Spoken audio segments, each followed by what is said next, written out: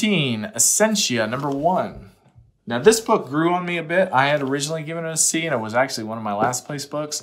But the more I thought about it, I actually give it a B-. And the reason for, and as I said before, a B- is like basically just go check it out yourself. You may love it. You may hate it.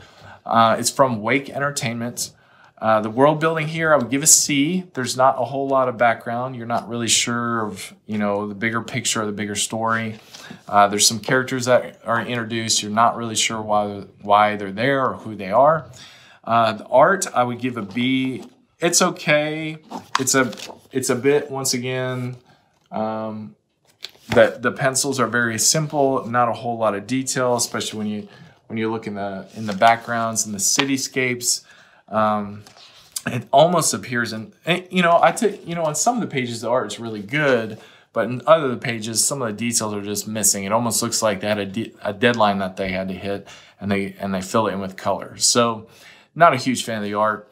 The story I would give a C, and the reason why is because it opens up with a murder scene, but you're not really connected to the characters.